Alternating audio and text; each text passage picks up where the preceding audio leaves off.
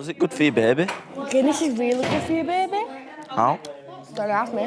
Welcome to WatchMojo UK, and today we're looking at the funniest, most memorable and most inspirational moments from educating Yorkshire. I said over Christmas I've been to see The Hobbit, and you said, how's the family?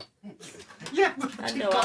Number 10. Jack turns it around. He wants to do the right thing, but he doesn't know how to at the moment. With a record-breaking number of negative behaviour points, the entire school was worried about Jack in Year 9. He struggled with every subject except history, constantly getting kicked out of lessons and picking arguments with people who looked at him funny. Who do you think he is? I can't even... Who are you looking at? Unlike other misbehaving kids, the potential for Jack to do well is there and everybody sees it, including him. But if he wants to be allowed to do history as a GCSE, he has to work hard and prove that he'll cope with the course and be able to thrive. It's natural.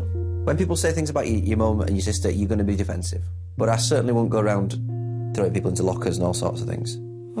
It takes a lot of effort from everybody, but in the end, Jack goes over a month with no behaviour incidents once he returns from temporary exclusion, and he gets onto the history course. I've had to do a lot persuading you, Jack. A lot of persuading, all right? How did you feel when Mr Steer said that you were allowed to do history? Buzzing.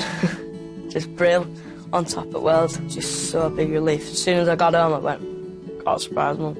Number 9. The Army. I'm so hot. Miss, maybe you're going through menopause. I hope not.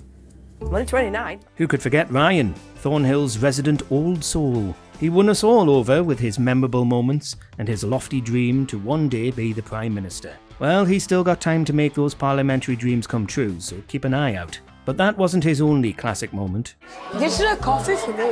Coffee? Yeah, I'm having a latte. Yeah, good lad. He frequently popped up carrying a latte, telling his teachers about his love of coffee, but also had some comments about the military.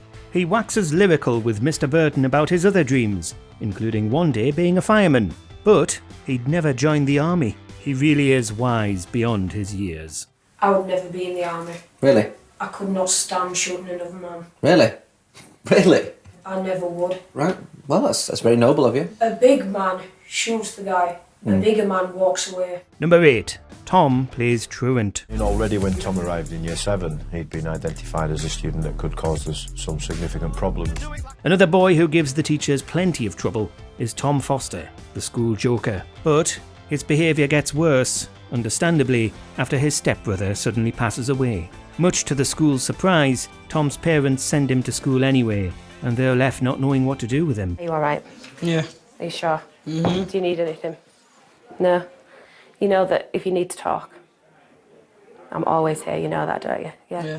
He skives and walks out of all of his lessons, unable to focus, and the teachers do their best to try and give him somewhere quiet to go where he can keep his mind busy but not disrupt his lessons. It's not something I like talking about. That's fine, but let's go in. It's cold. It's not cold. Like Jack, it was memorable and heartwarming to see the teachers doing their best to help Tom through an unimaginable loss. And much as I'm loath generally to send kids home, I think in the circumstances, given that the funeral's coming up, compassionately is the best way forward. Number 7. Extra maths. When do you need to find the area of a triangle in life? It's so pointless. Mr Steer takes it upon himself to tutor a handful of Year 11 girls in maths to try and ensure they manage to get that coveted grade C and pass the GCSE. This entire episode was a window into how devoted some teachers are, sometimes to the point of self-destruction. How do you make an 8 squared? Go on, what do you do to 8? A! Do what? A what? We learn that Mr Steer is plagued with allergies, all made worse by stress, and his fretting over the girls' maths exam takes a physical toll. Manky is that? It is I manky. take it you've been at doctors. No. You haven't? No. You ought to. Well, it only came up gonna yesterday. go It only came up gangrene. It's yesterday gonna go morning. gangrene, It only is that? came up yesterday morning is the problem. In the 1 year later episode, the girls are interviewed again and say they had no idea what he was going through until they watched the show themselves, while Mr Steer revealed he ended up in hospital once the exams were over. Gone from a U to 4 marks away from a C in a year. It's really good. It's amazing, right? Number 6. Snowballs. There were 5 of them there, and 4 of them just stood in front of the window and threw snowballs at the window. It's winter and the snowballs are flying, but not only on school premises. An elderly member of the local community arrives to report some schoolboys for pelting her house with snowballs and spewing profanities when she came out to tell them to stop. The first thing I got was, "Get in there, you white-haired old bastard." Never said a word. The boys are rounded up and given a bollocking of epic proportions from Mr Mitchell, who takes community complaints seriously, since he's trying to improve Thornhill's reputation around Dewsbury. You're going to hypotheticals here, but what if that 70-odd-year-old woman had come out of her house to speak to you, and the shock and the panic that she was feeling had caused her to have a heart attack? Whether this worked is anyone's guess, since the ringleader was Cameron, who's since gone to prison for getting involved in a pub fight that ended with a man's death. Cameron? I'm sorry and I didn't, I wouldn't have liked it if someone did that to my... No, that's more like it. Number 5. Jack versus Georgia. Did you stamp on his head? I don't know. I might have done. Is it possible? I don't know. I might have done. A fight breaks out between Jack and Georgia after Jack Henry's accused of calling Georgia names behind her back. It quickly devolves into a he said, she said, but they need to get to the bottom of things to work out whether Georgia needs a more serious punishment, i.e. being banned from the Leavers prom at the end of the year. I can't let you go to the prom, Georgia, I'm sorry. Right.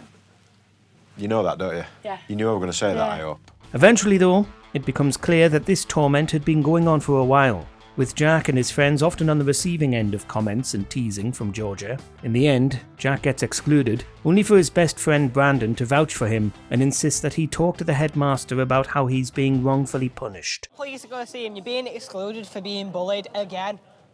It's not bullying though, is it? Because no one said out to me. They were just being threatened and I punched him. Yes, that's bullying. Number 4.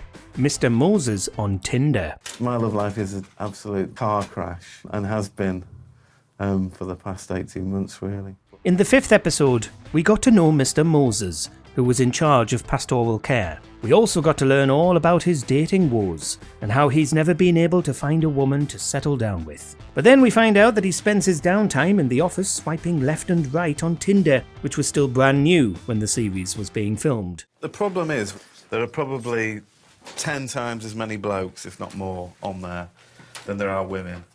And so they're batting off.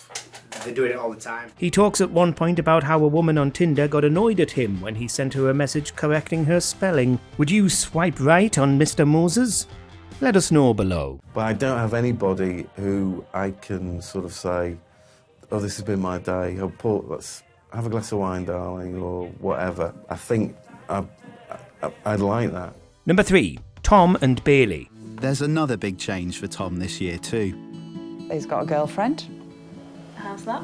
It's very good, very happy. She's a very good influence on him. In the 1 Year On episode, we find out that 2 fan favourite pupils at the school, Tom and Bailey, have become an item. First loves and high school sweethearts weren't covered much in the original series, so it was nice to see this indispensable teenage experience finally represented. Yeah, I think it's love.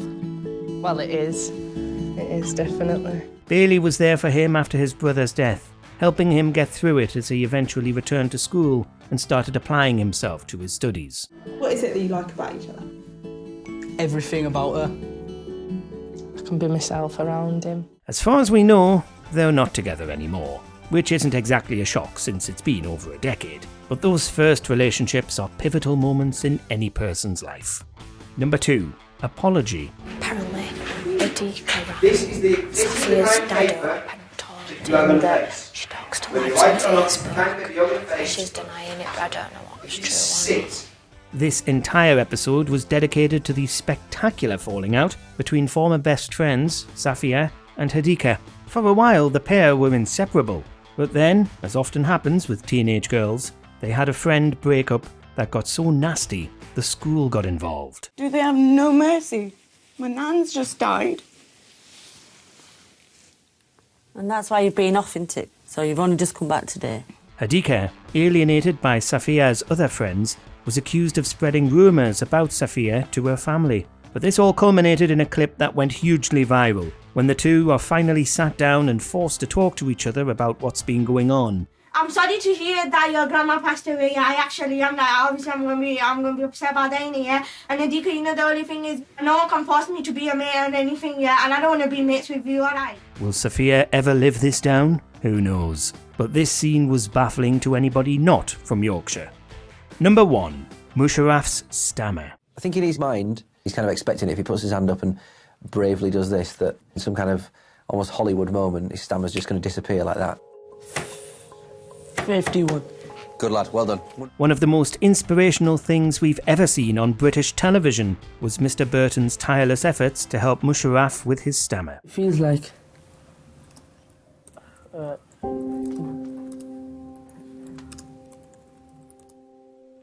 Using methods from the King's Speech, like having Musharaf read while wearing headphones so that he couldn't hear himself, Mr Burton boosted his confidence enough that he was able to get his words out. The moment when, after many years of hard work and a long... He ended up making a speech in front of the whole school by the end of the year and getting his prefect jumper back. Years on, and Mushy has had a musical made based on his story and is a motivational speaker, while Mr Burton is now the head teacher at Thornhill. I want to thank you today for letting me speak in front of all of you. I want to especially thank Mr Burton for helping me overcome my stammer. Let us know in the comments whether you attended any of the schools in the Educating series. She took me upstairs to this little room. I'm sure she did. Happy birthday to you.